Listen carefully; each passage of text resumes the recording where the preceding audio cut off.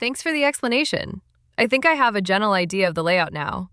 Shall we start by bringing my Revit model into the canvas? Sounds good. Just click the Import Your Model button on the canvas and your current Revit view will pop right in, just like this. Wow, that's simple. Now that the model is in, can I create an image right away? I'd like to try using one of those presets you mentioned. That seems like the easiest way. Exactly. It's the fastest way. Let's see which preset to use. I'll go with a classic red brick design with a nighttime mood. Just like this. When I click it, you can see the settings are automatically filled in. Now I'll just hit the Generate button. And in the new window, I'll select High Quality Mode to generate the image. Could you explain the difference between the fast and high-quality generation modes? Fast mode is quick, but it's difficult to get a high-quality image. It's great for rapidly testing out different prompts and settings.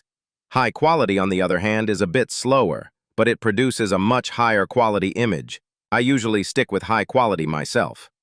I see. And just as you were explaining, the image has appeared. Wow, an image like this with just 2 clicks. The presets are really powerful, aren't they? Okay, this time I want to try the opposite. I'd like to go through the settings one by one to create a new image.